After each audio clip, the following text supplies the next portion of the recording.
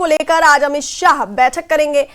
Meeting में CM Omar Abdullah और उपराज्यपाल मौजूद रहेंगे। बैठक में विकास परियोजनाओं की समीक्षा की जाएगी। तो आपको बता दें 3 दिवसीय जम्मू कश्मीर के दौरे पर हैं गृह मंत्री अमित शाह और आज बैठक करेंगे जम्मू कश्मीर को लेकर के। सीएम उमर अब्दुल्ला और उपराज्यपाल मनोज सिन्हा इस दौरान मौजूद रहेंगे। और आपको बता दें कि कल गृह मंत्री अमित शाह ने गुड़गांव और बोबिया बॉर्डर का दौरा किया था और सुरक्षा व्यवस्था की समीक्षा की थी वहाँ और कई कार्यक्रमों में शामिल हुए थे।